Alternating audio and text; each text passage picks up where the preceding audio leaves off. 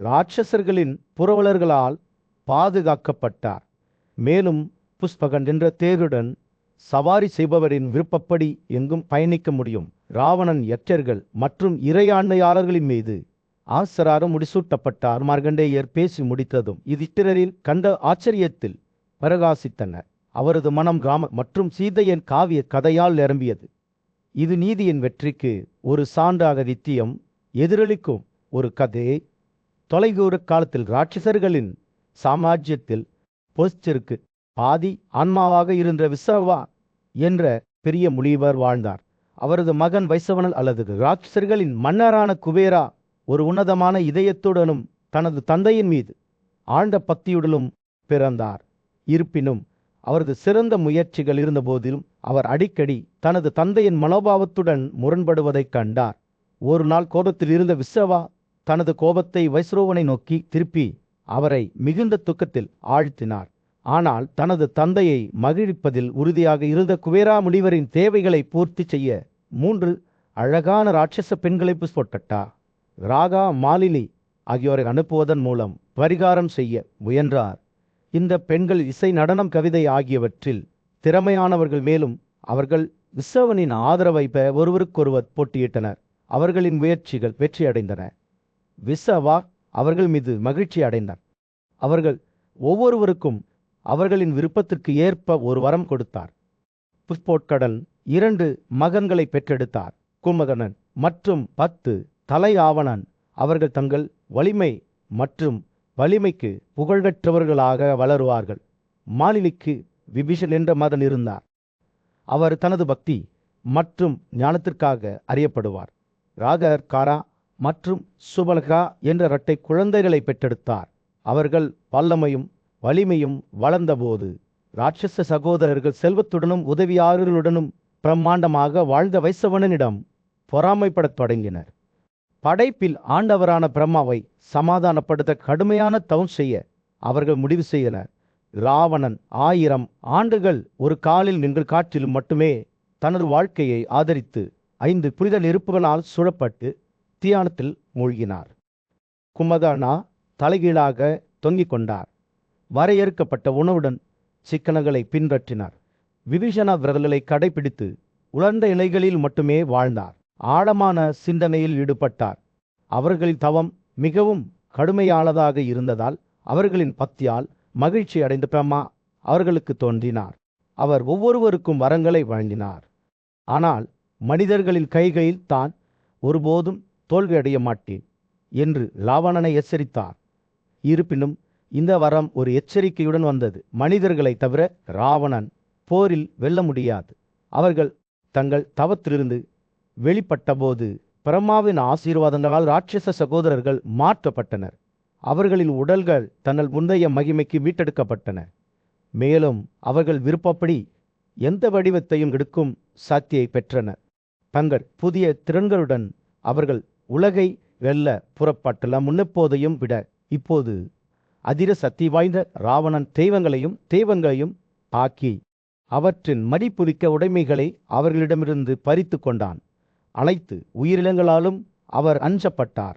அவருக்கு ராவணன் என்ற பெயரை பெற்றார்.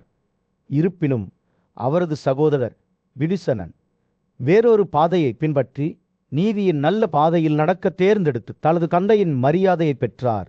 இறுதியில் இது மட்டுமல்ல. அண்டைய நாட்களில் பிரம்மாவிடமிருந்து கிடைத்த வரத்தால் சக்தி வாய்ந்ததாக வளர்ந்த 10 தலை கொண்ட அக்கமான சக்தி வாய்ந்த ராவணனிடமிருந்து பாதுகாப்பை பெற வான சாம்ராஜ்யத்தின் தெய்வங்களும் கூடியிருந்த போது பிரமர்ஷிகள், சித்தர்கள் மற்றும் தேவசிகள் அத்தியை தங்கள் செய்தி தொடர்பாளராக கொண்டு பிரம்மாவை அணுகி உதறி கோரினர். அத்தி பிரம்மாவை வேண்டிக் கொண்டான். ராவணனின் சக்தி பூமியின் உயிரினங்களை மூழ்கடித்து விடுகிறது. கடவுள்களாலும் அசுரர்களாலும் போரில் அவர் கொல்லப்பட முடியாது. எங்களை பாதுகாத்து கொள்ளுங்கள். ஏனென்றால் அவரது கொடுங்கோன்மையிலிருந்து நம்மை காப்பாற்ற வேறு யாரும் இல்லை பிரம்மா.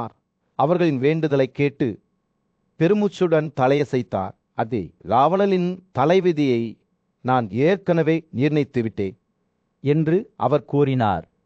பாதுகாப்பின் மாபெரும் கடவுளான விஷ்ணு அவரது வீழ்ச்சியை கொண்டு வருவதற்காக பூமியில் அவதாரம் எடுத்துள்ளார். அவருடன் சக்தி வாய்ந்த கூட்டாளிகள் பலர் வருவார்கள். சதா மற்றும் பிற கடவுள்களின் மகன்கள் பூமியில் குழந்தைகளாகவும் கரடிகளாகவும் பிறந்தவர். வினவீரன் பிரம்மா கடவுள்களில் ஆசனான இந்திரனிடம் திரும்பி பூமியில் ஒரு புதிய வடிவத்தை எடுக்குமாறு அவரை கேட்டுக்கொண்டார். மனிதர்களிடையே பேக்க வேண்டும் இந்திரனே என்று அவர் கூறினார். மிகுந்த வலிமையுடனும் விருப்பப்படி எந்த வடிவத்தையும் எடுக்கும் திறனுடனும் வீர மரங்களை பெறுங்கள். அவர்கள் ராவணனுக்கு எதிரான போரில் விஷ்ணுவின் கூட்டாளிகளாக இருப்பார்கள். தெய்வங்களும் இந்த பிரமாண்டமான திட்டத்தில் தங்கள் பங்கை பற்றி விவாதிக்க விரைவாக கூடினர். வரம் தரும் கடவுள் பிரம்மா பின்னர் துந்துவி என்ற காந்தர்வியை வரவழைத்தார். அவர் பூமியில் குத்துவாள் மந்தாராவாக திறந்தார். அவனது தந்திரத்துடனும் சூழ்ச்சியுடனும் ராவணனின் எதிரிகளிடையே சண்டைகளை தூண்டிவிடுவார். கடவுள்கள் தங்கள் புதிய வடிவங்களை பெற்றபோது அவர்கள் சகா மற்றும் குரல்கள் மற்றும் கரடிகளின் மற்ற மனைவிகளுடன் சக்தி வாய்ந்த மகன்களை பெற்றெடுத்தனர். இந்த சந்ததியினர் வலிமை மற்றும் புகழை பெற்றனர். மலை சிகரங்களை பிழித்து கற்களையும் மரங்களையும் ஆயுதங்களாக பயன்படுத்தக்கூடிய திறன் கொண்டவர்கள். அவர்களில் உடல்கள் பிடிவாதமாக இருந்தன, மேலும் அவை பெரும் வலிமையையும் போர் திறனையும் கொண்டிருந்தன. பிரபஞ்சத்தின் அன்பான படைப்பாளரான பிரம்மா இதையெல்லாம் கட்டளையிட்டார். இறுதி அறிவுறுத்தலுடன் ராவணனின் எதிரிகளிடையே சண்டைகளை தூண்டுவதற்கான தனது பணியில் மந்தாராவை அனுப்பினார். தனது விரைவான புத்திசாலித்தனத்துடனும் தந்திரத்துடனும் அவர் கருத்து வேர்வாட்டை விதைத்து தலை கொண்ட அரக்கனுக்கு எதிராக விஷ்ணுவின் மாபெரும் போருக்கு வழிவகுப்பார். கடவுள்கள் மனிதர்களின் உலகிற்குள் இறங்க தயாராகி கொண்டிருந்த போது அவர்கள் நம்பிக்கையுடனும் உறுதியுடனும் இருந்தனர். ஏழை இந்த பிரம்மாண்டமான நாடகத்தில் தங்கள் படைவிதி ராவணனுடன் பிணைந்திருப்பதை அவர்கள் அறிந்திருந்தனர். நன்மைக்கும் தீமைக்கும் இடையிலான போர் ஒளி மற்றும் இருள் விரைவில் மனித விதியின் மேடையில் வெளிப்படும். அயோத்தியின் புத்திசாலித்தனமான மற்றும் நியாயமான ஆட்சியாளரான தசரத மன்னரின் அரசவையில் ஒரு பிரம்மாண்டமான விழா நடக்கவிருந்தது. ராஜ்யத்தின் வரலாற்றில் ஒரு புதிய சகாப்தத்தை குறிக்கும் வகையில் ராஜாவின் மூத்த மகனான ராம இளவரச ஆட்சியாளராக முடிசூட்டப்பட்டிருந்தார். ஹஸ்தினாபுரத்தின் நாணமான மன்னரான யுதிஷ்டிர மரியாதைக்குரிய முனிவரான மார்க்கண்டேயரிடம் ராமரின் பிறப்பு மற்றும் அவரது வரவிருக்கும் முடிசூட்டு பற்றிய கதையை விவரிக்க கோரியிருந்தார். ராமர் பிறந்தபோது ராஜாவின் மகிழ்ச்சியையும் அவர் எப்படி ஒரு புத்திசாலித்தனமான மற்றும் தைரியமான இளவரசனாக வளர்ந்தார் என்பதையும் விவரிப்பதன் மூலம் மார்க்கண்டேயர் தொடங்கினார். ராமர் ஆண்மையை நெருங்கியதும் அவர் ஞானத்திலும் துணிச்சலிலும் தனது தந்தையை வீழ்ச்சினார். தனது மகளை பற்றி பெருமிதம் கொண்ட தசரதன் ராஜ்யத்தை ஆட்சி செய்வதற்கான பொறுப்புகளை ஏற்றுக்கொள்வதற்கான நேரம் இது என்று முடிவு செய்தார். ராமரை இளவரசர் ஆட்சியாளராக நியமிக்க தயாரான போது அவரது இரண்டாவது மனைவியான கைகை கவலைப்பட்டார். நீண்ட காலமாக தனது கணவரால் ஒரு வரம் தருவதாக உறுதியளிக்கப்பட்டிருந்தார். இப்போது அதை உரிமை கோரும் வாய்ப்பை அவள் கண்டார். அவளுடைய விசுவாசமான பணிப்பெண் மந்தலா அவள் காதில் கிசிறி சுத்தார். ராஜாவின் முதல் மனைவி கௌசல்யா மீது தனது லட்சியத்தையும் பொறாமையையும் கைகை ஒரு அழகான புன்னகையுடன் தசரதனை அணுகி அவரது வாக்குறுதியை நினைவுபடுத்தினார். கைகை மீதான அன்பால் கண்மூடித்தனமாக இருந்த மன்னர் அவளுக்கு எந்த தயக்கமும் இல்லாமல் வரத்தை வழங்கினார். ராமரை 14 ஆண்டுகளுக்கு தண்டகா வனப்பகுதிக்கு நாடு கடத்த வேண்டும் என்றும் அதற்கு பதிலாக அவர்களின் மகனான பாரதலை இளவரச ஆட்சியாளராக முடிசூட்ட வேண்டும் என்றும் அவர் கேட்டுக்கொண்டார். கைகேயின் வார்த்தைகளை கேட்டு தசரதன் அதிர்ச்சியும் பேசாமலும் இருந்தார். இது ஒரு கொடூரமான மற்றும் நியாயமற்ற கோரிக்கை என்று அவருக்கு தெரியும். ஆனால் அவள் மீதால் அவரது அன்பும் அவளுடைய கோபத்தை பற்றிய பயமும் அவரை மறுபறை தடுத்தது. இருப்பினும் ராமர் தனது தந்தையின் துயரத்தை உணர்ந்து ராஜாவின் வார்த்தையை மதிக்க முடிவு செய்து நாடு கடத்தப்பட்டார். ராமர் தனது விசுவாசமான சகோதரர் லட்சுமணன் மற்றும் அவரது அன்பான மனைவி சீதாவுடன் காட்டில் நுழைந்தபோது தசரதன் இந்த உலகத்தை விட்டு வெளியே குழப்பத்தில் ஒரு ராஜ்யத்தை விட்டு சென்றார். கைகை தனது இலக்கை அடைந்த பிறகு தனது செயல்களை பாரதரிடம் நியாயப்படுத்த முயன்றார். ஆனால் அவர் கோபம் அடைந்தார் மற்றும் அவரது குடும்பத்தின் வீழ்ச்சிக்காக அழுதாமரை மீண்டும் அயோத்திக்கு அழைத்து வருவதில் உறுதியாக இருந்த பரதன் முனிவர்கள் மற்றும் குடிமக்கள் உட்பட ஆயிரக்கணக்கான மக்களுடன் ஒரு நீண்ட பயணத்தை மேற்கொண்டார். இறுதியாக ராமர் சித்திரகூட்டா மலைகளில் வசிப்பதைக் கண்டார். அங்கு இளவரசர் துறவி வாழ்க்கையை மேற்கொண்டார். இருப்பினும் ராமர் தனது தந்தையின் வார்த்தைகளை பிழைப்பதாக கூறி திரும்பி செல்ல மறுத்துவிட்டார். அவரது அயோத்திக்கு திரும்பினார். ராமருக்கு பதிலாக ஆட்சி செய்தார். அதே நேரத்தில் தனது சகோதரரின் செருப்புகளை அவர்கள் பிரிந்ததை நினைவூட்டுவதாக வைத்திருந்தார். இதற்கிடையில் ராமரும் லட்சுமணனும் காட்டில் தங்கள் வாழ்க்கையை தொடர்ந்தனர். ஏராளமான சவால்களையும் ஆபத்துக்களையும் எதிர்கொண்டனர். இறுதியில் அவர்கள் ராமரால் சிதைக்கப்பட்ட சுர்பனகா என்ற ராட்சச பெண்ணை சந்தித்தனர். சுர்பனகா இலங்கைக்கு தப்பி ஓடினார். அங்கு ராட்சசர்களின் சாம்ராஜ்யத்தில் மார்க்கண்டேயர் தனது கேட்பவர்களுக்கு தந்திரம் மற்றும் வஞ்சகத்தின் கதையை விவரித்தார். திறமையான பேச்சாளரான மாரிச்சா 10 தலை ராஜாவான ராவணனை தனது ஆசிரமத்திற்கு மிகுந்த மரியாதையுடனும் விருந்தொம்பலுடனும் வரவேற்றார் என்று கூறப்படுகிறது. அவர்கள் ஒன்றாக அமர்ந்தபோது ராவணனின் நிறம் இயற்கைக்கு மாறான நிறத்தை எடுத்திருப்பதை மாரிச்சா கவனித்தார். மேலும் ராஜ்யத்தில் எல்லாம் நன்றாக இருக்கிறதா என்று கேட்டார். கோபம் மற்றும் அவமானத்தால் ஆத்திரமடைந்த ராவணன் அயோத்தியில் இருந்து நாடு கடத்தப்பட்ட சக்தி வாய்ந்த இளவரசனான ராமரின் கதையை மாரிச்சாவிடம் விவரித்தார். அவர் ராமருக்கு எதிராக எடுக்க திட்டமிட்ட நடவடிக்கைகளை பற்றி பேசினார். ஆனால் மாரிச்சா அவரை எச்சரித்தார். நீங்கள் ராமரை தூண்டக்கூடாது, ஏனெனில் அவரது வலிமை எனக்கு தெரியும். அவரது அம்புகளின் உபேதத்தை தாங்கும் திரள் கொண்ட ஒரு நபர் இருக்கிறாரா? ராவணனின் கோபம் தெளிவாக தெரிந்தது, ஏனெனில் அவர் மாரிச்சாவை கண்டித்தார். அவர் தனது கட்டளைகளுக்கு கீழ்ப்படியாவிட்டால் அவரை கொன்று விடுவதாக அச்சுறுத்தினார். மரணம் தவிர்க்க முடியாதது என்பதை உணர்ந்த மாரிச்சா ராவணனின் விருப்பத்திற்கு இணங்க முடிவு செய்தார். ராமரின் அர்ப்பணிப்புள்ள மனைவியான சீதையை பிடிப்பதற்கான தனது திட்டத்தில் ராஜாவுக்கு உதவ ஒப்புக்கொண்டார். தங்க கொம்புகள் மற்றும் தோலை கொண்ட மானின் வடிவத்தை எடுத்துக்கொள்ளுமாறும் வேட்டையாடும் பயணத்திற்கு செல்லும்போது ராமரை அனுப்ப சீதையை வற்புறுத்தவும் ராவணன் மாரிச்சாவுக்கு அறிவுறுத்தினார்கள். இதயத்துடன் மாரிச்சா ராவணனை பின்தொடர்ந்து ராமர் மற்றும் லட்சுமணனின் ஆசிரமத்திற்கு சென்றார். அவர்கள் இருவரும் மார்வேடமிட்டனர். ராவணன் ஒரு துறவியாக மாறினார். மாரிச்சா ஒரு மானாக மாறினார். திட்டமிட்டபடி மாரிச்சா தனது புதிய வடிவத்தில் சீதாவின் முன் தோன்றினார். மேலும் அவர் ஏமாற்றத்தை அறியாமல் ராமரை மானை வேட்டையாட அனுப்பினார். அவளை பிரியப்படுத்த ஆர்வமாக இருந்த ராமர் சீதையை பாதுகாக்க லட்சுமணனை விட்டுவிட்டு மானை பின்தொடர்ந்த ராமர் மானை பின்தொடர்ந்த போது அவர் சோர்வடையத் தொடங்கினார். ஆனால் அது அவரை தவிர்த்தது. இறுதியாக மான் உண்மையில் மாறுவேடத்தில் மாரிச்சா என்பதை ராமர் கண்டுபிடித்தார். மேலும் ஒரு விரைவான அம்புடல் அவர் ராட்சசனை கொன்றார். இறக்கும் மாரிச்சாவின் துயரத்தின் அழுகை சீதையின் காதுகளை அடைந்தது. மேலும் அவள் தனது விசுவாசமான சகோதரர் லட்சுமணனை கூட சந்தேகித்தால் தனது பயத்திலும் குழப்பத்திலும் சீதை சத்தமாக அழத் தொடங்கினார். லட்சுமணன் தன்னை பற்றிய நோக்கங்களுக்காக கடுமையாக கண்டித்தார்.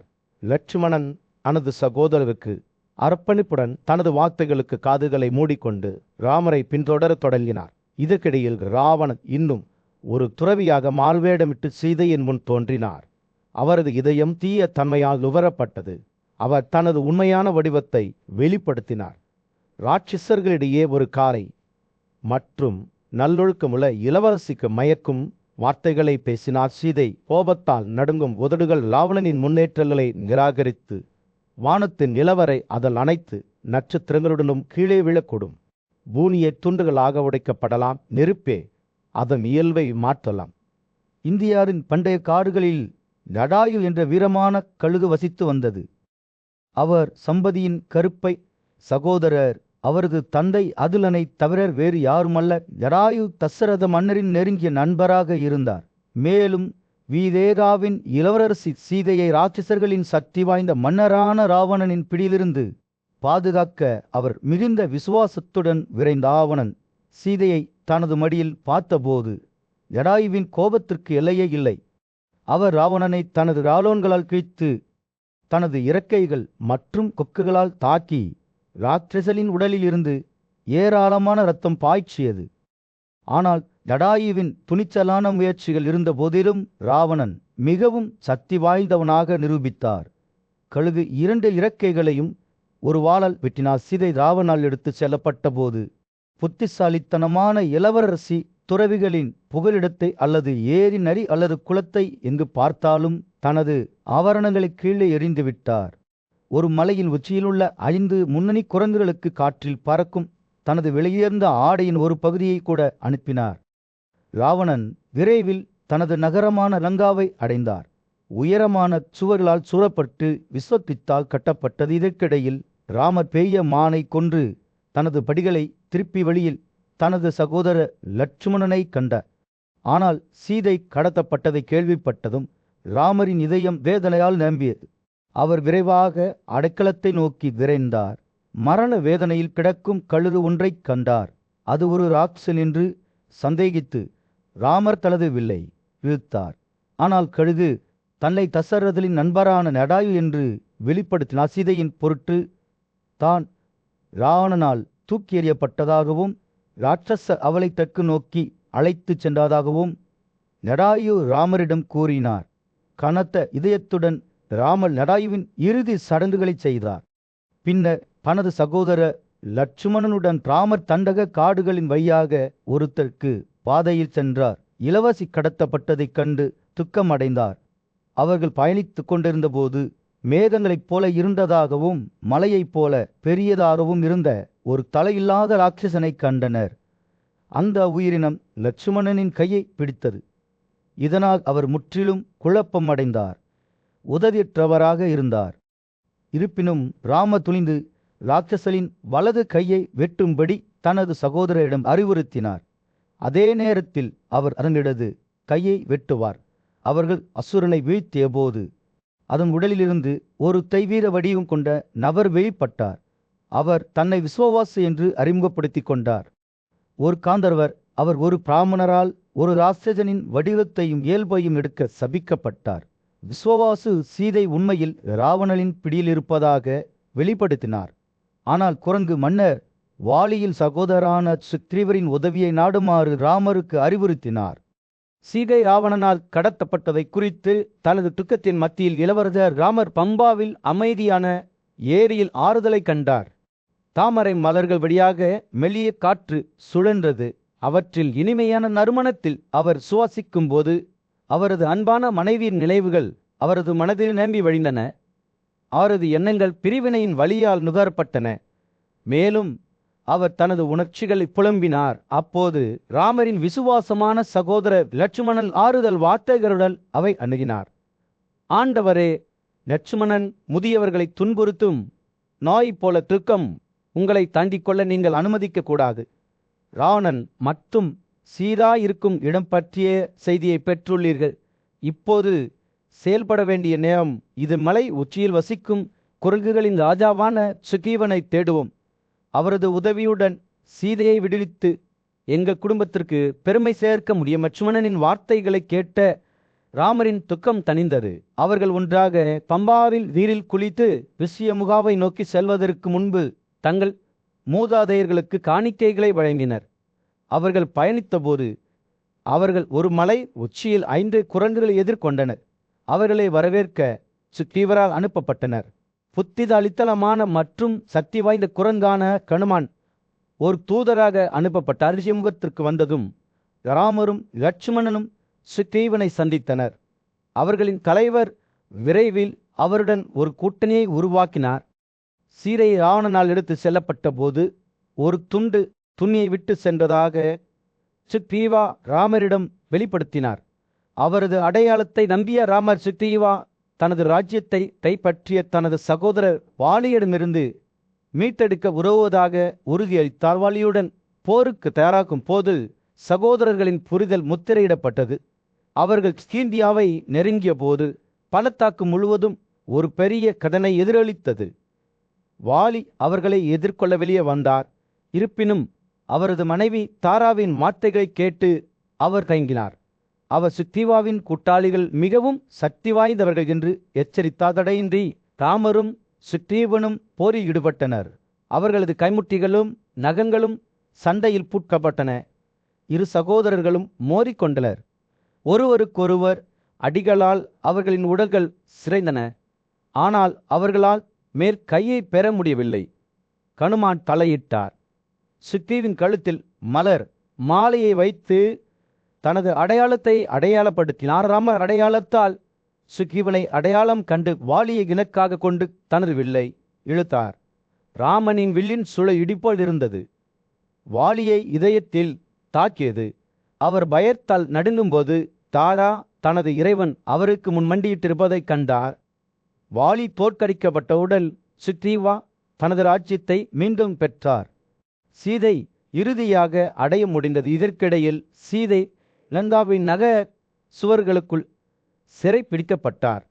ராவணன் அவளை அசோகர்களின் காடுகளுக்கு இடையில் ஒரு ஆடம்பரமான தங்குமிடத்தில் வைத்திருந்தார். ஆனால் அவள் அடர்ந்த அசோகா காடுகளின் நடுவே மரங்கள் காற்றில் ஒருவருக்கொருவர் இரகசியங்களை கிசுகிசுத்தபடி துக்கமடைந்த சீதை ஒரு கல்லின் மீது அமர்ந்தார். மலையில் 7 தாமரை மலர்களைப் போல கண்கள் கீழே விழுந்தன. அவளுடைய ஒரு காலத்தில் அழகான முடி இப்போது ஒரு எளிய முடிச்சில் கட்டப்பட்டிருந்தது. அவள் மணிக்கட்டில் ஒரு நகையை மட்டுமே அணிந்திருந்தாள். அவள் விட்டு சென்ற வாழ்க்கையின் கசப்பான நினைவூட்டலாகும். விதேகாவை சேர்ந்த தூய்மையான இளவரசி இடைவிடாமல் அழுதார். அவருடைய மெல்லிய சட்டையிலை எதிர்கால கிளைகளைப் போல அசைத்தார். அவள் அங்கே அமர்ந்திருந்த போது அவள் துக்கத்தில் தொலைந்து போன போது ராட்சசர்களில் ராஜாவான ஆன நிழல்களிலிருந்து வெளிப்பட்டான். ஆசையால் எரிந்த அவரது கண்கள் அவர் சீதையின் முகத்தை நெருங்கும் போது ஒரு தெளிவான 2 நட்சத்திரங்களைப் போல மின்னின. அவரது தெய்வீக ஆடைகள் மற்றும் அழகான அம்சல்கள் இருந்த போதிலும் நகைகள் கொண்ட காதணிகள் மற்றும் அழகான மாலைகளால் அலங்கரிக்கப்பட்ட சீதா அவளுக்கு முன்னால் ஒரு அசுரனை கண்டாவனின் வார்த்தைகள் சீதையிடம் பேசும்போது தேரில் இழிப்புடன் வழிந்தன. மென்மையான கைகால்கள் கொண்ட பெண்ணே, நீ உன் இறைவன் மீது மிகுந்த மரியாதை காட்டியுள்ளாய். எனக்கு இரக்கம் காத்திருக்கும். இந்த பணிப்பெண்களால் உன் நபர் அலங்கரிக்கப்படட்டும். அவர் செல்வம் மற்றும் சத்தியின் பொறிகளை அவளுக்கு வழங்கினார். அவர் தனது பல மனைவிகளில் ராணியாக இருப்பார் என்று உறுதியளித்தார். ஆனால் சீதா தனது புகழை ஒரு படிக தெளிவான நீரோடை போல பார்த்தார். புணர்ச்சியால் தனது குரலில் சீதை ராவணனிடம் பின்வருமாறு பதிலளித்தார். ராட்சச மன்னனே, நீ பேசும் இத்தகைய கடுமையான வார்த்தைகளை கேட்க நான் கடமைப்பட்டிருக்கிறேன். நீ பேறு பெற்றவன். உன் இதயம் என்னிடமிருந்து விலக்கப்படட்டும். அவள் அவனை வைக்கோலுக்கு குறைவானவனாக கருதினார். அவளுடைய வார்த்தைகள் குளிர்கால காற்றைப் போல உரி செய்கின்றன. ராவணன் நிராகரிக்கப்பட்ட போதிலும் இன்னும் விடித்த நிலையில் ஆசையால் அவரது கண்கள் எரியும். சீதை அழுது முகத்தை தனது ஆடைகளால் மூடிய போது அவளுடைய நீண்ட பின்னல் ஒரு கருப்பு பாம்பு போல தாயில் விழுந்தது. அவளுடன் வந்த ராட்சச பெண்களில் ஒருவரான திரிஜாதா சீதையை ஆறுதல் படுத்தினார். அந்த மென்மையான தொடுதலால் கூட இளவரசியில் சிறைந்த இதயத்தை அமைதிப்படுத்த முடியவில்லை. இன்னும் ஆசையில் மூழ்கி இருந்த ராவணன் சீதையை நோக்கி, நீங்கள் விரும்பாததால் நான் உங்களை அணுக மாட்டேன். ராமர் ஒரு மனிதர் மட்டுமே. எனவே எங்கள் உழவுகின்ற இன்னும் கருதும் உங்களுக்கு நான் என்ன செய்ய முடியும்? அவரது வார்த்தைகள் கொடுமையால் சொற்றுகின்றன. ஆனால் அவர் கூட தனது கணவர் மீது சீதையின் பக்தியின் ஆழத்தை பார்க்க முடிந்தது. இறுதியாக சீதையை ஒரு கடைசி பாவைக்கு பிறகு ராவணன் மெல்லிய காற்றில் மாய்ந்து விட்டார். இளவரசியை ராட்சசபெண்களால் சூழ்ந்து விட்டார். எனவே சீதை தொடர்ந்து காட்டில் வசித்து வந்தால் அவளுடைய துக்கம் ஒரு இருண்ட மேகத்தைப் போல அவள் மீது தொங்கிக் கொண்டிருந்தது. திரிஜாதாவும் மற்ற ராட்சச பெண்களும் அவளை கருணையுடன் கவனித்தாலும் சீதையின் இதயம் துக்கத்தால் களமாக இருந்தது. பிரருவின் மகனான புகழ்பெற்ற ராமர் மால்யவ மலையில் உச்சியில் அமர்ந்திருந்தார். மேகங்கள் இல்லாத இரரில் தெளிவான நீல வானத்தை பார்த்தார். குளிர்ந்த காற்று இழி மற்றும் தாமரை மலர்களில் இனிமையான நறுமணத்தை எடுத்துச் சென்றது. இது அவரது அன்பான சீதையை நினைவூட்டுகிறது. அவர் இன்னும் ராட்சச ராவணனின் வசிப்பிடத்தில் சிறை பிடிக்கப்பட்டிருந்தார். ராமரின் இதயம் அவரது துன்பத்தை நினைக்கும் போது துக்கத்தால் வேதனைந்தது. அவர் தனது சகோதரர் லட்சுமணனை நோக்கி, போ, என் அன்பான சகோதரனே, குரன்கிறையின் ராஜாவான சுக்ரீவனை தேடி சீதையில் இருப்பிடத்தை பற்றி அவனிடம் கேள். நான் அவனை அரியணையில் அமர்த்தியுள்ளேன். அவன் எனக்கு விசுவாசமாக இருக்கிறான். ஆனால் அவன் சிற்றின்ப இன்பங்களில் ஈடுபடுவதாக தெரிகிறது. சீதையை கண்டுபிடிக்க எனக்கு உதவுவதற்கான தனது உறுதிமொழியை மறந்துவிட்டான். ராமரின் வார்த்தைகள் ஏமாற்றத்துடனும் வேட்டையுடனும் இருந்த லட்சுமணன் தனது அழகான வில் மற்றும் அம்புகளுடன் கிஷ்கிந்தியாவை நோக்கி புறப்பட்டார். அவர் சவால் விடாமல் நகருக்குள் நுழைந்தார். குரங்கு மன்னரான சுக்ரீவா அவரை அன்புடன் வரவேற்றார். லட்சுமணன் சுக்ரீவாவிடம் ராமரின் வார்த்தைகளை சொன்னார். சுக்ரீவா கவனமாக கேட்டார். அவரது கண்கள் சோகம் மற்றும் உறுதியின் கலவையால் நிரம்பியிருந்தன. நான் துன்மார்க்கனோ நன்றியற்றவனோ அல்ல லட்சுமணனே என்று சுக்ரீவா கூறினார். நான் சீதையை தேட விடாமுயற்சியுடன் குரங்குகளை எல்லா திசைகளிலும் அனுப்பியுள்ளேன். அவை ஒரு மாதத்திற்குள் திரும்பி வரும். மேலும் நீங்கள் மிகுந்த மகிழ்ச்சியின் செய்திகளை கேட்பீர்கள் என்று நான் உறுதியளிக்கிறேன். சுக்ரீவின் வார்த்தைகள் உறுதியளிக்கின்றன. ஆனால் ராமர் இன்னும் சந்தேகம் கொண்டிருந்தார். லட்சுமணன் சுக்ரீவருடன் மாயாமலையில் ராமரிடம் திரும்பி சீதையை கண்டுபிடிப்பதற்கான முயற்சிகள் குறித்து அவருக்கு தெரிவித்தார். ஆயிரக்கணக்கான குரங்கு தலைவர்கள் பூமியின் முக்கால்வாசி பகுதிகளை தேடி திரும்பி வரத் தொடங்கினர். ஆனால் சீதை இருக்கும் இடம் குறித்து அவர்களுக்கு எந்த தகவலும் இல்லை. இருப்பினும் மதுவனா என்று அழைக்கப்படும் பெரிய பழத்தோட்டத்தில் தங்கள் சாகச கதைகளை கொண்டு தெற்கிலிருந்து பல குரங்குகள் திரும்பி வந்தபோது நம்பிக்கையில் ஒரு ஒளி இருந்தது. அவர்கள் சீதையை தேடி வந்தனர். வழியில் பல தடைகளை எதிர்கொண்டனர். இதன் பொருள் அவர்கள் அவளை கண்டுபிடித்திருக்க வேண்டும் என்று சுக்ரீவா ஊகித்தார். மேலும் அவர் தனது சந்தேகங்களை ராமரிடம் தெரிவித்தார். சீதை உயிருடன் இருக்கக்கூடும் என்பதை உணர்ந்த ராமரின் இதயம் மகிழ்ச்சியில் புள்ளி குதித்தது. அவர் தனது வில்லை உயர்த்தி குரங்குகளை நோக்கி, நீங்கள் வெற்றி பெற்றீர்களா? எனக்கு உயிர் தருவீர்களா என்று கேட்டார். பாவனாவின் மகன் அனுமன், நான் உங்களுக்கு நற்செய்தியை கொண்டு வருகிறேன். ஓ ராமரே, ஜானகாவின் மகளை நான் பார்த்துவிட்டேன் என்று பதிலளித்தார்.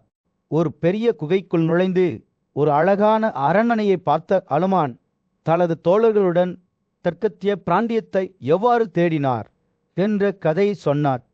அவர்கள் பிரபாவதி என்ற பெண் துறவியை சந்தித்தனர். அவர் அவர்களுக்கு உணவும் பானமும் கொடுத்தார். தங்கள் வலிமையை மீட்டெடுத்த பிறகு அவர்கள் காட்டிய வழியில் சென்று இறுதியாக அரண்மனையை அடைந்தனர். ஒரு கம்பீரமான மலையில் ராமர் தனது அர்ப்பணிப்புள்ள குரங்கு கூட்டாளிகளுடன் அமர்ந்தார். காட்டில் பசுமையால் சூழப்பட்டார். இங்குதான் வெறிய குரங்கு தலைவர்கள் சுக்ரீவாவின் உத்தரவின் பேரில் ஒன்று கூட தொடங்கினர். வாலியின் மாமனார் புகழ்பெற்ற சுசேனா 1000 கோடி தேலில் உள்ள குரங்குகளுடன் வந்தார். அதைத் தொடர்ந்து கயா மற்றும் கவச்யா ஒவ்வொருவரும் 100 கோடி குரங்குகளுடன் வந்தனர். கவச்யா தனது பயங்கரமான மியான் மற்றும் போவின் வாளுடன் 60,000 கோடி குரங்குகளில் தனது இருக்கக்கூடிய இராணுவத்தை வெளிப்படுத்தினார். இதற்கிடையில் புகழ்பெற்ற காந்தமதனா தனது பெயரை கொண்ட மலைகளிலிருந்து 1,00,000 கோடி குரங்குகளை சேகரித்தார். புத்திசாலித்தனமான மற்றும் சக்தி வாய்ந்த குரங்கான பனாசா 52 கோடி குரங்குகளை திரட்டினார். அதே நேரத்தில் ததிமுகா பயங்கரமான வலிமையுடன் குரங்குகளில் ஒரு பெரிய படையை சேகரித்தார். ஜாம்புவன் முரத்தில் திரக அடையாளங்களை கொன்ற 1,00,000 கோடி கருப்பு கரடிகளுடன் ராமரின் நோக்கத்துடன் சேர்ந்தார்.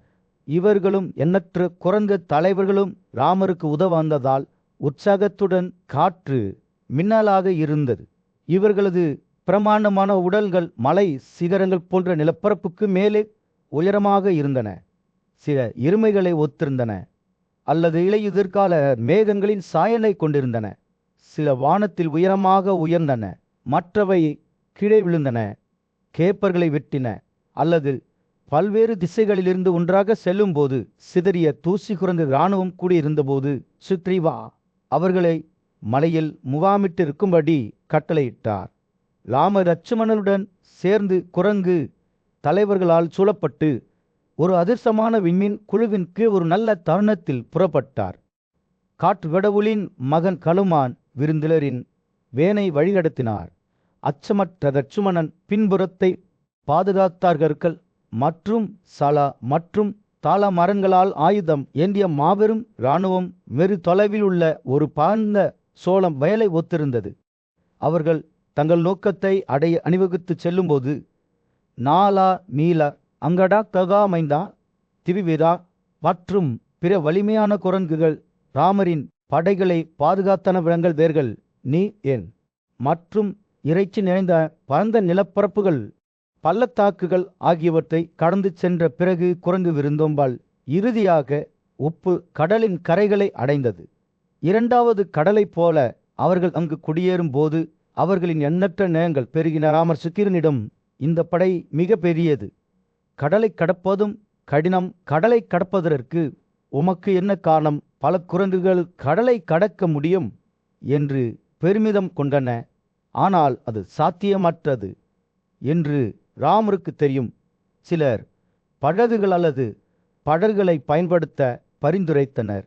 ஆனால் ராமர் அனைவரையும் சமாதானப்படுத்தி, இந்த வழிமுறைகளை பயன்படுத்த முடியாது. கடல் 100 யோஜனாக்கள் அகலமானது, எங்களிடம் போதுமான படகுகள் இல்லை என்று கூறினார். ராமர் உதவிக்காக பெருங்கடலில் பிரார்த்தனை செய்ய முடிவு செய்தார். அவர் நக்குடன் கடற்கரையிலுள்ள குஸ்ஸா புல் படுக்கையில் படுத்து கொண்டார். பழங்கள் மற்றும் வேர்கள் நிறைந்த மரங்கள் அனைவருக்கும் வாழ்வாதாரத்தை வழங்கிய பசுமையான காட்டின் மத்தியில் ராம மன்னரின் படைகள் குடியேறின. கடுஸ்தா வம்சாவளியினர் தங்கள் வீரர்களை கவனமாக கவனித்தனர். அவர்கள் நன்கு உணவளிக்கப்படுவதையும் திருப்தி அடைவதையும் உறுதி செய்தனர். இதற்கிடையில் இலங்கையில் படையெடுப்பாளர்களுக்கு எதிராக தனது நகரத்தை வலுப்படுத்துவதில் ராவணன் மும்மரமாக ஈடுபட்டார். மீன் சுறாக்கள் மற்றும் முதலைகள் நிறைந்த 7 ஆழமான அகழிகளை கட்டினார். அவரது பொறியாளர்கள் நகரத்தை தீங்கிலிருந்து பாதுகாக்க வலுவான கோபுரங்களை கட்டினர். ராவணனில் போர் வீரர்கள் பலவிதமான கொடிய கருவிகளை கொண்டு ஆயுதம் ஏந்தியிருந்தனர். நச்சு, பாம்புகள், பிசின் பொடிகள், கிளப்புகள், தீ முத்திரைகள், அம்புகள், இட்டிகள், வாள் மற்றும் போர்க்கோடாரிகள். துணிச்சலான குரங்கு போர் வீரரான அங்கதா லங்காவின் வாயில்களில் ஒன்றை நெருங்கிய போது அவர் ராட்சசர்களால் அடையாளம் காணப்பட்டார். எண்ணற்ற எதிரிகளால் சூடப்பட்ட போதிலும் அவர் எளிதாக நகரத்துக்குள் நுழைந்தார். அவரது அழகு இருண்ட மேகங்களுக்கு இடையில் சூரியனை போல பிரகாசித்தது. அங்கதா தனது ஆலோசகர்களில் மத்தியில் ராவணனை சந்தித்து ராமரின் செய்தியை வழங்கினார். ஜனகரின் மகளான சீதையை விடுவியுங்கள். நீங்கள் அவ்வாறு செய்யாவிட்டால் எனது தீவிரமான அம்புகளால் பூமியை அனைத்து ராட்சசர்களிடமிருந்தும் விடுவிப்பேன். இந்த மட்டுத்தனமான வார்த்தைகளால் கோபமடைந்த ராவணன் கோபத்தால் முட்டாள்தனமாகிவிட்டான். 4 திறமையான ராட்சசர்கள் அங்கதனை கைப்பற்றினர். ஆனால் அவர் அரண்மனை மொட்டை மாடியில் உதித்து தைரியமாக கீழ்நோக்கி உத்தித்து தனது தோழர்களிடையே பாதுகாப்பாக தரையிறங்கினார். குரங்கு வீரர்களை ராமர் பணிநீக்கம் செய்தார். பின்னர் அவர்கள் இலங்கையின் பாதுகாப்பை மீற ஒரு திட்டத்தை வகுத்தனர். அனைத்து குரங்குகளை முள்விரட்ட தாக்குதலால் லங்காவின் கோபுரங்கள் உடைக்கப்பட்டன. அவற்றில் வேதம் காற்றின் வேகத்திற்கு போட்டியாக இருந்தது. நச்சுமணன் விபீஷணா மற்றும் கரடிகளின் ராஜா ஆகியோர் தாக்குதலுக்கு தலைமை தாங்கி நகரின் தெற்கு வாயிலை வெடிக்க செய்தனர். ராமர் போரில் சேர்ந்தார். 100,000 கோடி திறமையான குரங்கு வீரர்களுடன் தாக்கினார். ஒவ்வொருவரும் இளம் ஒட்டகங்களைப் போல சிவப்பு நெத்துடன் இருந்த குரங்குகளின் இடைவிடாத தாக்குதல் ஒரு பெரிய தூசி புயலை உருவாக்கியது. சூரியனின் பிரகாசமான வட்டை மறைத்தது. லங்கா குடிமக்கள் தங்கள் நகரத்தின் சுவர்கள் பளபளப்பாக மாறுவதை பார்த்து பிரமித்தனர். பல்வேறு வண்ணங்களின் குரங்குகளால் மூடப்பட்டிருந்தன. நெல் காதுகளைப் போல, மஞ்சள் சிரிஷா மூக்களைப் போல, சாம்பல் உதிக்கும் சூரியனைப் போல சிவப்பு சணல் அல்லது சணல் போன்றவை. இந்த காட்சியைக் கண்டு ராட்சசர்கள் தங்கள் மனைவிகள் மற்றும் பெரியவர்களுடன் வியப்படைந்தனர். குரங்கு போர் வீரர்கள் அரண்மனை மாளிகைகளுக்குள் நுழைந்து பொத்தளங்களை உடைத்து நகரின் தெருக்களில் கற்களை வீசினர். போர் தீவிரமடைந்த போது 100,000கணக்கான ராட்சசர்கள் தங்கள் விருப்பப்படி எந்த வடிவத்தையும் எடுக்கக்கூடிய திறன் கொண்டவர்கள். தங்கள் ராஜாவை பாதுகாக்க தோன்றின விரலில் அலைந்து திரிந்தவர்கள் குரங்குகள் மீது அம்புகளை எறிந்தனர். அவை சுவர்களை விட்டு வெளியேற வேண்டிய கட்டாயம் ஏற்பட்டது. பல குரங்கு தலைவர்கள் கோபுரங்களிலிருந்து விழுந்தனர், ஈட்டிகளால் நொறுங்கினர். அதே நேரத்தில் ஏராளமான ராட்சசர்கள் விழுந்த நெடுவரிசைகள் மற்றும் நுழைவாயில்களுக்கு அடியில் நசுக்கப்பட்டனர். குரங்குகளும் ராட்சசர்களும் மார்கண்டேயரின் கண்களுக்கு முன்னால் ஏற்பட்ட குழப்பத்தின் மீது ஒரு பொன்னான பிரகாசத்தை வீசும் வகையில் சூரியன் போர்க்களத்தில் கீழே விழுந்தது. பிரசா என்ற வலிமையான போர் வீரன் விபீஷணனை நோக்கி ஒரு பெரிய கூக்குரலுடன் தனது கதையை தயார் நிலையில் வைத்திருந்தார். இரு எதிரிகளும் மோதிக்கொண்டபோது காற்று பதட்டத்துடன் மின்னலாக இருந்தது. ஆனால் விபீஷணா உறுதியாக நின்றார். அவரது ஞானமும் வலிமையும் பண்டைய கிமாவத்தின் மலைகளைப் போல அசைக்க முடியாதவை எத்தி வாய்ந்த ஆயுதம் ஏந்திய விபீஷணா 100 மணிகளால் அலங்கரிக்கப்பட்ட ஒரு ஈட்டியை உயர்த்தி அதில் சக்தியால் வெடிக்கும் புனித மந்திரங்களை ஊற்றினார். ஒரு விரைவான மற்றும் கொடிய இயக்கத்துடன் அவர் பிரஸ்தானின் தலை மீது ஈட்டியை வீசினார். தாக்கத்தின் சக்தி இடி போன்றது. பிரஸ்தானின் மண்டை ஓட்டை உடைத்து அவரது உடல் தரையில் மோதியது. பிரஸ்தா அமைதியாக கிடப்பதை பார்த்து மார்கண்டேயர் பிரமித்தார். ஒரு காலத்தில் சக்தி வாய்ந்த அவரது சட்டகம் இப்போது காற்றினால் அழிக்கப்பட்ட மரத்தைப் போல உடைந்துவிட்டது. அவர்களின் தலைவரின் திடீர் இழப்பு துமர்ச்சாவின் இராணுவத்தில் அதிர்ச்சியை ஏற்படுத்தியது. இருண்ட போர் வீரன் பொறுப்பற்ற கைவிடப்பட்ட குரங்கு விருந்தினரை நோக்கி விரைந்தான். அவரது வீரர்கள் பயங்கரமான மியன் சுமந்து இருந்த மேகங்களைப் போல முன்னேறினர். ஆனால் பாவனாவின் மகன் அனுமான் உறுதியாக நின்றார். அவரது கண்கள் உறுதியுடன் ஏந்தன. குரங்குகள் தடுமாறிக் கொண்டிருந்த போது கனுமான் முன்னேறினார். அவரது பிரம்மாண்டமான சட்டகமும் கடுமையான கதனையும் அவர்களின் எதிரிகளின் இதயங்களில் அச்சத்தை தூண்டின போருமுண்டது. வீரர்கள் எது மற்றும் கோபத்தின் வெறியில் மோதிக்கொண்டனர். கும்பச்ச குரங்கு விருந்தாளியின் மீது இறக்கைகள் கொண்ட தண்டுகளை வீசினார். ஆனால் கனுமான் அசைக்க முடியாத கொடூரத்துடன் எதிர்த்தார். 2 தங்களும் அடிகளை பரிமாறிக்கொண்டனர். அவர்களின் வலிமையும் வேகமும் முந்தைய நாட்களில் பெரிய இந்திரனுக்கும் பிரகலாதாவுக்கும் மட்டுமே பொருந்தியது. கோபத்தின் வெடிப்பில் அனுமான் தும்ரச்சாவை அடித்து தனது தளத்தை உடைத்து தரையில் விழுந்தார். அனுமானின் வெற்றியால் தைரியம் அடைந்த குரங்குகள் புதிய வீரத்துடன் முன்னேறின. தங்கள் தோழர்கள் இடது மற்றும் வலது புறமாக விழுந்ததால் இராட்சசர்கள் முறியடிக்கப்பட்டனர். இறுதியாக அவர்கள் நகரின் சுவர்களின் பாதுகாப்பை அடைந்தபோது பேரழிவுகரமான செய்தியை ராவணனுக்கு தெரிவித்தனர். பிரஸ்தா மற்றும் துமச்ச வலிமையான குரங்குகளிடம் விழுந்து விட்டனதல்லது இழப்புகளின் சுமை உறிஞ்சிக் கொண்ட அந்த இருந்த மன்னனின் முகம் வேதனையால் முறுக்கப்பட்டது. கும்பகர்ணன் செய்யப்பட வேண்டிய நேரம் வந்துவிட்டது என்று அவருக்கு தெரியும். ஆழ்ந்த உறக்கத்திலிருந்து தனது சகோதரரை அழைத்த ராவணன் அமைதியான குரலில் அவரிடம் உரையாற்றினார். கும்பகர்ணனே, இவ்வளவு ஆழ்ந்த ஓய்வை பெற்றிருப்பது உங்களுக்கு அதிர்ஷ்டம். ஆனால் இப்போது எங்கள் பெரிய உறவினர்கள் கொல்லப்பட்டுள்ளனர். ராமரின் இராணுவம் நம் அனைவரையும் விழுங்கப் போவதாக அச்சுறுத்துகிறது. கனத்த இதயத்துடன் ராவணன் தனது காசத்தை அணிந்து படையெடுப்பாளர்களுக்கு எதிராக அணிவகுத்து செல்லுமாறு கும்பகர்ணனுக்கு அறிவுறுத்தினார்.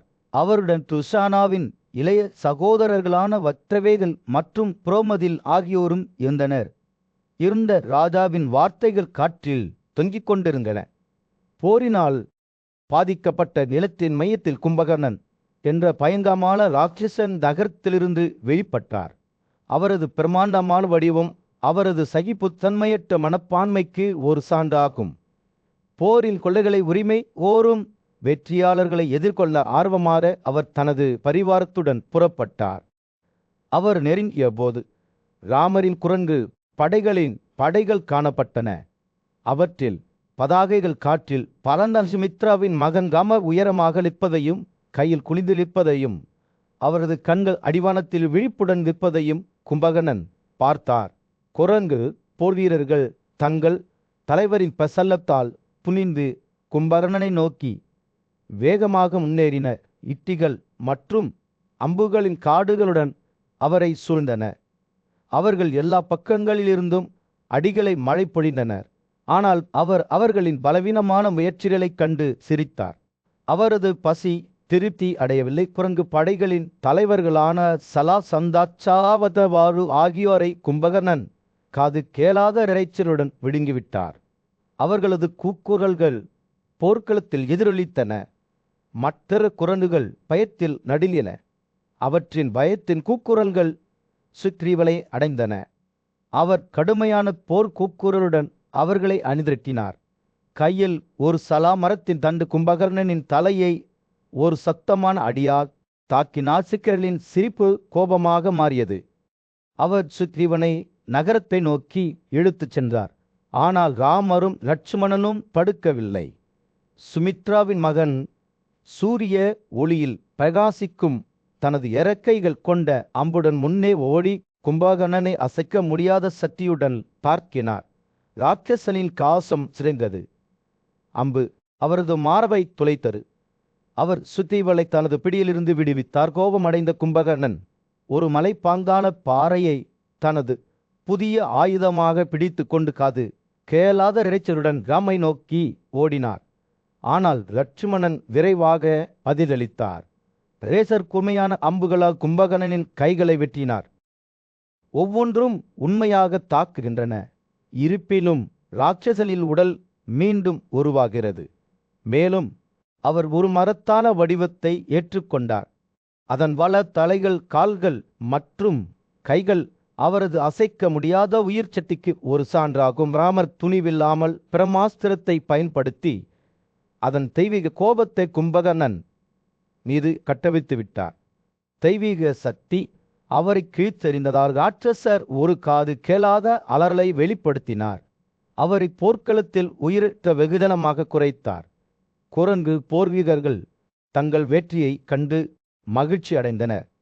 ஆனால் போர் இன்னும் முடிவடையவில்லை. தூசி தணிந்த போது துஷானாவின் 7 சகோதரர்களான வத்தவேகளும் புரோமதிலும் லட்சுமணனை நோக்கி இடைவிடாத கோபத்துடன் ராட்சச படைகளை அணிதிரட்டினர். ஆனால் சுமித்ராவின் மகள் உறுதியாக நின்றார். அவரது அம்புகள் புயலைப் போல அவர்கள் மீது மழை பொழிந்தன. கனுமனாவும் நாலாவும் அவர்களுடன் இணைந்தன. சூரியன் போர்க்களத்தின் மீது மாய்ந்து கொண்டிருந்த போது நிகழ்ந்த படுகொலையின் மீது ஒரு பொன்னான பிரகாசத்தை செலுத்தியது. ராவணன் தனது எதிரிகளை தோற்கடிப்பதற்கான உறுதியின் கதையை விவரிக்கும் போது மார்க்கண்டேயரின் வார்த்தைகள் காற்றில் தொல்லிக் கொண்டிருந்தன. ராஜாவின் மகள் இந்திரஜித் உயரமாக நின்றார். அவர் போருக்கு தயாராகும் போது அவரது கண்கள் கடுமையான தீவிரத்துடன் எரிந்தன. ராவணனின் குரல் வயல் முழுவதும் ஒலித்தது. அவர் தனது மகனை அழைக்கும் போது மரங்களில் இருந்து அவரது வார்த்தைகள் எதிரொலித்தன. என் எதிரிகளின் கொலையாளியான இந்திரஜி 1000 கண்கள் கொண்ட சக்தியின் கடவுளை தோற்கடித்து எனக்கு பெருமையையும் புகழையும் கொண்டு வந்துள்ளாய். இப்போது நான் ஒரு புதிய பணியை உங்களுக்கு கட்டளையிடுகிறேன். ராமர், சுக்ரீவர் மற்றும் லட்சுமணனை போரில் கொல்லுங்கள். அவர்கள் உங்கள் எதிரிகள். அவர்களின் வீழ்ச்சியை கொண்டு வருவது உங்களுடையது. இந்திரஜித்தின் முகம் உறுதியுடன் தலையை அசைத்து கொண்டது. அவர் விரைவாக தனது ரதத்தை ஏறினார். பகல் வெளிச்சத்தில் அவரது காசத்தை ஒளிர செய்தார். அவர் போர்க்களத்தை நோக்கி செல்லும்போது அவர் சத்தமாக தனது பெயரை அறிவித்தார். லட்சுமணனை ஒரே ஒரு போருக்கு சவால் விடுத்தார். லட்சுமணன் தனது மங்களகரமான அடையாளங்களுடனும் தயாராக இருந்த வில்லுடனும் இந்திரஜித் நோக்கி விரைந்தார். 2 வீரர்களும் ஒருவருக்கொருவர் எதிர்கொண்ட போது மோதும் எஃகு சத்தத்தால் காற்று நிரம்பியது. இந்திரஜித் லட்சுமணன் மீது ஈட்டிகளை வீசினார். ஆனால் இளவரசர் தனது கூர்மையான அம்புகளை பயன்படுத்தி அவற்றை எளிதாக வெட்டினார். பயப்படாமல் இந்திரஜித் ஒரு ஈட்டியை எடுத்து வாலியின் மகன் பந்ததாவின் தலையில் அடித்தார். ஆனால் லட்சுமணன் விரைவாக தலையிட்டார். ஈட்டியை அது எந்த தீங்கும் விளைவிக்கும் முன் துண்டுகளாக வெட்டினார். போர் முண்டது. 2 தரப்பினரும் சண்டையிட்டு கொண்டிருந்தனர். 2 தரப்பினரும் கை கொடுக்கவில்லை. சண்டை தீவிரமடைந்த போது இந்திரஜித்தின் அங்கதனால் வீசப்பட்ட ஒரு சக்தி வாய்ந்த சால் மரத்தால் அழிக்கப்பட்டது. ராவணனின் மகன் பார்வையில் இருந்து காணாமல் போனார். தனது மாய சக்தியை பயன்படுத்தி தனது எதிரிகளை தவிர்க்க முயன்றார். ஆனால் ராமர் தடுக்கப்பட வேண்டிய ஒருவராக இருக்கவில்லை. இந்திரஜி காணாமல் போன இடத்தை நோக்கி முன்னேறி தனது படைகளை கவனமாக பாதுகாக்க தொடங்கினார். இருப்பினும் ராமர் மற்றும் லட்சுமணன் மீது இந்திரஜி தொடர்ந்து அம்புகளை பொழிந்தார். அவர்கள் இருவரும் இப்போது அவர்களின் உடலில் ஒவ்வொரு பகுதியிலும் துளைக்கப்பட்டனர். போர் கடுமையானதாக இருந்தது. கண்ணுக்கு தெரியாத ராக்கேசன் அவை அணுக துணிந்த எவரையும் கொண்டார். ஆனால் அவர் தனது அம்புகளை பயன்படுத்திய போது கூட இந்திரஜித்தின் மாயையில் சக்திகள் குறைய தொடங்கினதங்கள். கூட்டாளிகளை பாதுகாப்பதில் உறுதியாக இருந்த குரங்குகள் பெரிய அளவிலான கற்களால் ஆயுதம் ஏந்தியபடி முன்னேறி சென்றன. அவை வானத்தை துளைத்தன. கண்ணுக்கு தெரியாத போர் வீரரை தேடின. அவர் இடைவிடாமல் தங்கள் மீது அம்புகளை பொழிந்தார். ஆனால் இந்திரஜித் இடைவிடாமல் இருந்தார். மேலும் அவர் குரங்குகளையும் ராமரின் சகோதரர்களையும் தனது தண்டுகளால் தொடர்ந்து துன்புறுத்தினார். தீதமடைந்த போது வீர சகோதரர்களான ராமரும் லட்சுமணனும் தரையில் விழுந்தனர். அவர்களின் உடல்கள் அனைவரையும் துளைப்ப போர்க்களத்தில் சூரியன் அஸ்தமிக்கும் போது மார்கண்டேயர் இதயத்தை துளைக்கும் ஒரு காட்சியை பார்த்தார். ராமர் மற்றும் லட்சுமணன் என்ற 2 சகோதரர்களும் தரையில் மண்டியிட்டனர். அவர்களின் உடல்கள் நூற்றுக்கணக்கான அம்புகளால் துளைக்கப்பட்டன. அவை ஒரு கூண்டில் சிக்கிய 2 பருந்துகளை ஒத்திருந்தன. உதவியற்றவை மற்றும் அசையாதரை குரங்குகளில் அரசனான சுத்தீவா அவர்களை சுற்றி நின்றார். சுசேனா மைந்தா, திருவிடா, குமுதாங்கடா, அனுமான், நீலா, தாரா மற்றும் நாலா ஆகிய அவரது விசுவாசமான தோழர்களால் சூழப்பட்டார். தங்கள் நண்பர்கள் சுயநினைவை பெற சிரமப்படுவதை அவர்கள் கவலையுடன் பார்த்தனர். போர்க்களத்தின் மற்றொரு பகுதியில் வெற்றி பெற்ற விபீஷணா விரைவில் சம்பவ இடத்துக்கு வந்து ராமரையும் லட்சுமணனையும் அவர்களின் உணர்ச்சியற்ற தன்மையிலிருந்து எழுப்ப தனது சக்தி வாய்ந்த ஆயுதமான பெண்ணாவை பயன்படுத்தினார். சகோதரர்கள் மெதுவாக தங்கள் வலிமையை மீட்டெடுத்த போது சுத்தீகர் அவர்களின் உடல்களிலிருந்து அம்புகளை கவனமாக விரித்தெடுத்தார். வான மந்திரங்களால் நிரப்பப்பட்ட விசால்யா என்ற சக்தி வாய்ந்த மருந்தை பயன்படுத்தினார். இது அவர்களின் வலியையும் சோர்வையும் குறைத்தது. அம்புகளை அகற்றி ராமரும் லட்சுமணனும் தங்கள் காலில் எழுந்து எந்த சவால்களையும் எதிர்கொள்ள தயாராக இருந்தனர். விபீஷணா ராமரை அணுகி அவரது கைகளை மரியாதையுடன் இணைத்து குத்யேகாக்களின் மன்னரான குபேரிடமிருந்து ஒரு புனித நீரை அவருக்கு வழங்கினார். இந்த மந்திரித்த நீர் அவர்களுக்கு கண்ணுக்கு தெரியாத உயிரினங்களை காணும் சக்தியை வழங்கும் என்று விபீஷணா விளக்கினார். ராமரும் லட்சுமணனும் சுத்தீவா, எம்புவன், கனுமான், அங்கடா மைந்தா, திவிவிதா, நீலா மற்றும் பல குரங்குகளுடன் சேர்ந்து இந்த புனித நீரால் தங்கள் கண்களை அசைத்தனர். அவர்கள் அவ்வாறு செய்தபோது ஒரு குறிப்பிடத்தக்க மாற்றம் நிகழ்ந்தது. முன்பு கண்ணுக்கு தெரியாத விஷயங்களை பார்க்க அவர்களின் கண்கள் திறமையானவையாக இருந்தன.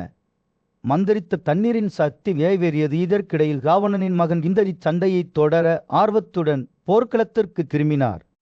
அவர் தனது வெற்றியை பற்றி தனது தந்தையிடம் தெரிவித்தார். பின்னர் மீண்டும் போரில் சேர்ந்தார். தனது இராணுவத்தின் முன்னணியில் தன்னை நிலைநிறுத்தி கொண்டார். விபீஷணா லட்சுமணனை இந்திரஜித் நோக்கி வழிநடத்தினார். அவர் இப்போது போரில் ஆர்வமாக இருந்தார். 2 வீரர்களும் ஒரு அற்புதமான சண்டையில் மோதிக்கொண்டனர். அவர்கள் அம்புகள் வேகமாக பறந்து கொண்டிருந்தன. மோதிக்கொண்ட எஃகு சத்தம், வியர்வை மற்றும் இரத்தத்தின் வாசனை ஆகியவற்றால் காற்று நிரம்பியது. இந்திரஜித் லட்சுமணனின் உடலை அம்புகளால் துளைத்தார். அது அவரது உடலுக்குள் ஊடுருவோதாக தோன்றியது. ஆனால் சுமித்ராவின் மகன் தீக்குளிக்கும் அம்புகளால் பதிலடி கொடுத்தார். இந்திரஜித் கோபத்தால் புத்திசாலித்தனமாக தாக்கினார். போர் தீவிரமடைந்தது. 2 போர் வீரர்களும் அடிகளை பரிமாறிக்கொண்டனர். ஆனால் அவர்கள் மேல் கையை பெறவில்லை. இருப்பினும் லட்சுமணன் விரைவில் சாதகத்தை பெற்றார். 3 இறக்கைகள் கொண்ட அம்புகளை பயன்படுத்தி தனது எதிரியை தோற்கடித்தார். ஒரு அம்புடன் அவர் இந்திரஜித்தின் கையை அவரது உடலிலிருந்து துண்டித்தார். மற்றொரு அம்புடன் அவர் தனது மற்ற கையை தரையில் வீசினார். 3வது போர்க்களத்தின் மீது சூரியன் மறைந்து கொண்டிருந்தது. அதற்கு முன்னால் ஏற்பட்ட குழப்பத்தின் மீது ஒரு தங்க பிரகாசத்தை செலுத்தியது. கோபத்தையும் விரக்தியையும் பிரகாசிக்கும் தனது 10 கழுத்து வடிவமான ராவணன் தங்கம் மற்றும் பித்தளையால் அலங்கரிக்கப்பட்ட தனது ரதத்தின் மீது ஏறியதை மார்க்கண்டேயர் பார்த்தார். ராமருக்கு எதிராக பயங்கரமான வீரர்களின் படையை வழிநடத்திய போது ராட்சச ராஜாவின் கண்கள் கடுமையான உறுதியுடன் பிரகாசித்தன. அவர்களின் கண்கள் வலிமையான மரங்களைப் போல அசைந்தன. குரங்குகளின் தலைவர்களான மைந்தா, நீலாநாலா, அங்கடா, கனுமான் மற்றும் தம்பவன் ஆகியோர் ராவணனை சூழ்ந்தனர். அவர்களின் படைகள் தயாராக இருந்தன. அவர்கள் சண்டையிடும்போது போர் தீவிரமடைந்தது. குரங்குகள் தங்கள் சதி வாய்ந்த டங்குகளை பயன்படுத்தி மரங்களை வேரோடு பிடுங்கி ராட்சசர்கள் மீது மோதியது. ஆனால் ராவணன் அவ்வளவு எளிதில் தோற்கடிக்கப்படக்கூடிய ஒருவராக இருக்கவில்லை. அவர் தனது மாயை சக்திகளை வரவழைத்தார். மேலும் அவரது உடலில் இருந்து நூற்றுக்கணக்கான மற்றும் ஆயிரக்கணக்கான ராட்சசர்கள் பற்களுக்கு ஆயுதம் ஏந்தி பறந்தனர். இருப்பினும் ராமர் போல் கைக்கு புதியவர் அல்ல. ஒருவான ஆயுதத்தால் அவர் மாய்களை அழித்து அவற்றை தரையில் மோதியது. ராவணன் மீண்டும் உயன்றார். ராமர் மற்றும் லட்சுமணனை ஒத்த போர் வீரர்களை உருவாக்கினார்.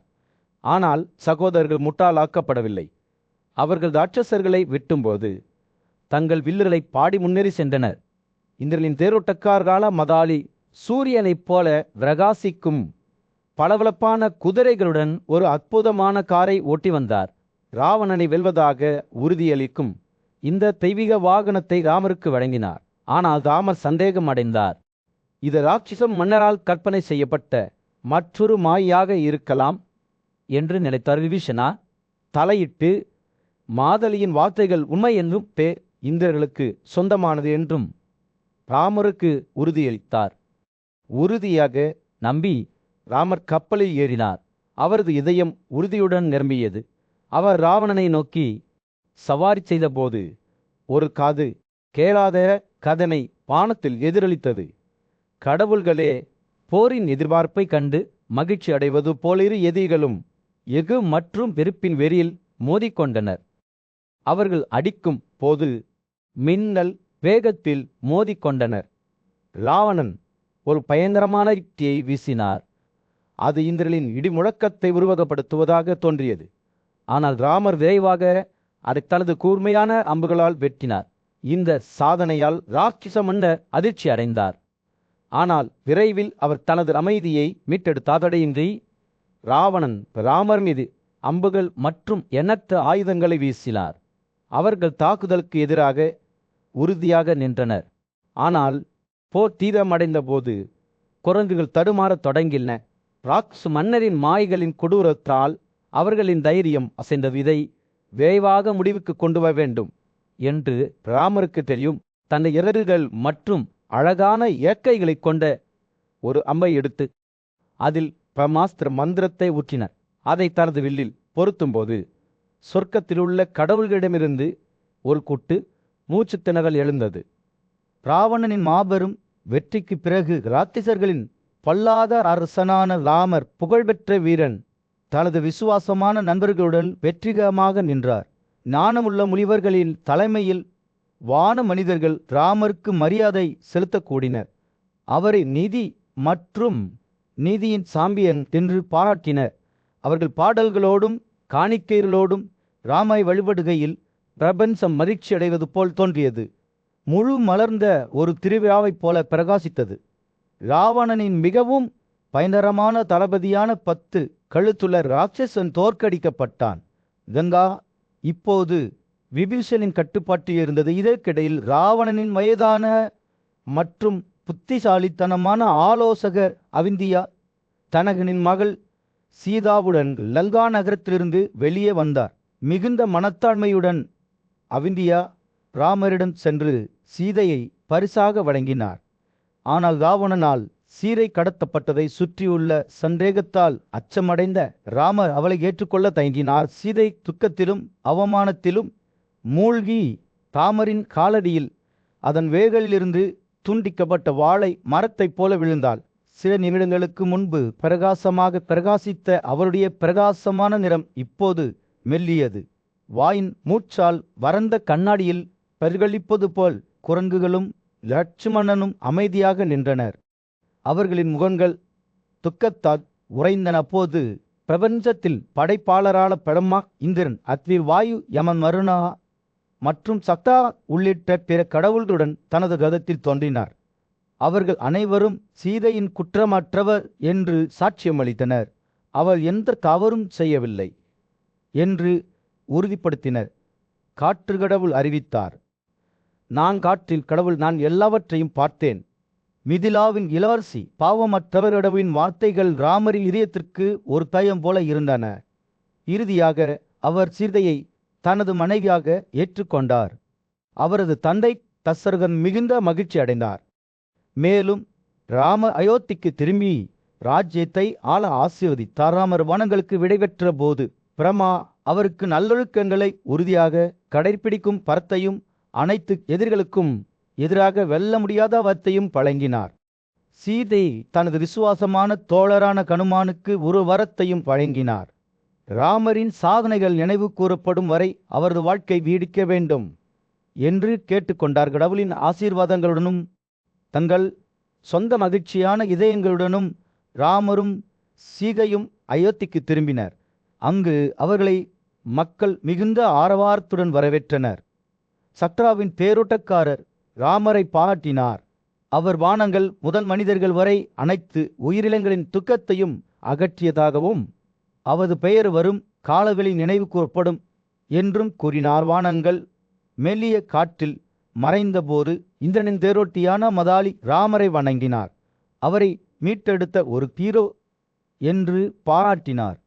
ஒரு கொந்தளிப்பான காலகட்டத்தில் சக்தி வாய்ந்த ஆயுதமேந்திய இளவரசரான ராமர் காட்டில் நாடுகடத்தப்பட்டதால் கற்பனை செய்ய முடியாத கஷ்டங்களை அனுபவித்தார். அவரது நம்பகமான ஆலோசகரும் நண்பருமான மார்க்கண்டேயர் ஆறுதல் வார்த்தைகளை வழங்கி அவருடன் நின்றார். மனிதர்களிடையே உள்ள புலியே, மார்க்கண்டேயர் தொடங்கினார், உங்களுக்கு என்ன நேர்ந்தது என்று வருத்தப்பட வேண்டாம். நீங்கள் ஒரு சத்திரிய வலிமையை பயன்படுத்தவும் எதிரிகளை வெல்லவும் பிறந்த ஒரு போர் வீரர். உங்கள் பாதை வீரம் மற்றும் மரியாதைக்குரியது. அங்கு போரில் பலன்கள் உறுதியானவை. மார்க்கண்டேயரின் வார்த்தைகள் ராமரின் சோர்வடைந்த ஆன்மாவுக்கு ஒரு தைலம் போன்றது. தனது வெல்ல முடியாத வலிமைக்கு புகழ்பெற்ற தனது சகோதர பீமன் நடத்திய எண்ணற்ற போர்களை அவர் நினைவு கூர்ந்தார். எதிரிகளின் இதயங்களில் அச்சத்தை ஏற்படுத்திய அவர்களின் சகோதரர் அனஜியலின் நினைவும் நம்பிக்கையின் ஒளியை கொண்டு வந்தது. மார்க்கண்டேயர் தொடர்ந்தார், இந்த நாள் வழிநடத்தப்பட்ட கடவுள்களும் அசுரர்களும் கூட உங்கள் பாதையில் நடக்க வேண்டும். ஓ வலிமையானவரே, இந்த பயணத்தில் நீங்கள் தனியாக இல்லாமல் கவனமாக கேட்டபோது மார்க்கண்டேயர் தங்கள் கூட்டாளிகளின் மகத்தான செயல்களை பற்றி பேசினார். மதராவதியின் வீர மகன்கள் தங்கள் அசைக்க முடியாத வலிமையுடனும் திறமையுடனும் போர்க்களத்தில் ஒரு வலிமையான சக்தியாக இருந்தனர்.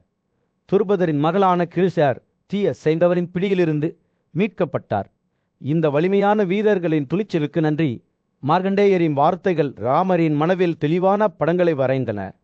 மன்னர் ஜெயததா தோற்கடிக்கப்பட்டர மற்றும் சர்ச்சையற்றவர் வேதா இளவரசி குரங்குகள் மற்றும் கடிகளின் உதவியுடன் மீட்கப்பட்டார். அவர்களின் மூதாதையர்களின் வெற்றிகளின் நினைவுகள் ராமருக்குள் ஆழமாற ஏதோ ஒன்றை தூண்டிட. சொல்ல முடியாத கொடூரமான உயிரிழமான பத்து கழுத்து ராட்சசருக்கு எதிராக ராமர் போராடிய காலத்தை பற்றி அவர் நினைத்தார். அந்த நினைவுகள் அவரது இதயத்தில் உறுதியின் எழுச்சியை கொண்டு வந்தன. மார்க்கண்டேயரின் வார்த்தைகள் அவருக்குள் ஒரு தீப்பொறியை தூண்டின. இருண்ட காலங்களில் கூட எப்போதும் நம்பிக்கை இருந்தது என்பதை நினைவூட்டியது. ராமர் கடந்த கால புகழை பிரதிபலிக்கும் போது அவரது துக்கம் உயரத் தொடங்கியது. அவர் மார்க்கண்டேயரை புதிய மன உறுதியுடன் பார்த்தார். ஞானி முனிவர் அவரது கண்களில் ஏற்பட்ட மாற்றத்தை கண்டார்.